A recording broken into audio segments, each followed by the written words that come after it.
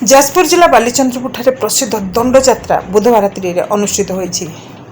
ଅଶ୍ରାସିତ ରାମ ମନ୍ଦିରରୁ ମର୍ଯ୍ୟାଦା ପୁରୁଷ ପ୍ରଭୁ ଶ୍ରୀରାମଚନ୍ଦ୍ର, ଭାଇ ଲକ୍ଷ୍ମଣ ଏବଂ ଦେବୀ ସୀତାଙ୍କ ବିଗ୍ରହ ଥିବା ସୁସଜ୍ଜିତ ବିମାନକୁ ବାଜା ବଣର ସୁରୀରେ ହଜାର ହଜାର ଶ୍ରଦ୍ଧାଳୁଙ୍କ ସମାଗମରେ ବାଲିଚନ୍ଦ୍ରପୁର ଏବଂ ଏହାର ଆଖପାଖ ଅଞ୍ଚଳ ପରିକ୍ରମା କରାଯିବା ସମୟରେ ଶ୍ରଦ୍ଧାଳୁମାନଙ୍କର ଘର ଏବଂ ବ୍ୟବସାୟୀ ପ୍ରତିଷ୍ଠାନ ନିକଟରେ ଭୋଗଲାଗି କରାଯାଇଥିଲା। ଏହି ଶୋଭାଯାତ୍ରାରେ ବହୁ ମାନସିକଧାରୀ ରାମାୟଣର ବିଭିନ୍ନ ଚରିତ୍ରରେ ଅଭିନୟ କରି ଦର୍ଶକମାନଙ୍କର ମନ ମୋହିଥିଲେ।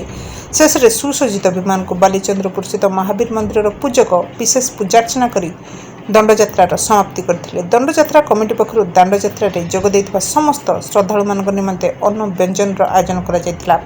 ପ୍ରକାଶଯୋଗ୍ୟ, ପ୍ରତିବର୍ଷ ପରି ଏବର୍ଷ ମଧ୍ୟ ବହୁ ମାନସିକଧାରୀ ବାଲିଚନ୍ଦ୍ରପୁର ମହାବୀର ମନ୍ଦିରରୁ ଦଣ୍ଡ ମାରି ମାରି 4 କିଲୋମିଟର ଦୂର ଅଶ୍ଳା ରାମ ମନ୍ଦିର ପର୍ଯ୍ୟନ୍ତ ଯାଇ ପ୍ରଭୁଙ୍କୁ ଦଣ୍ଡଯାତ୍ରା ନିମନ୍ତେ ଆମନ୍ତ୍ରଣ ଜଣାଇଥିଲେ।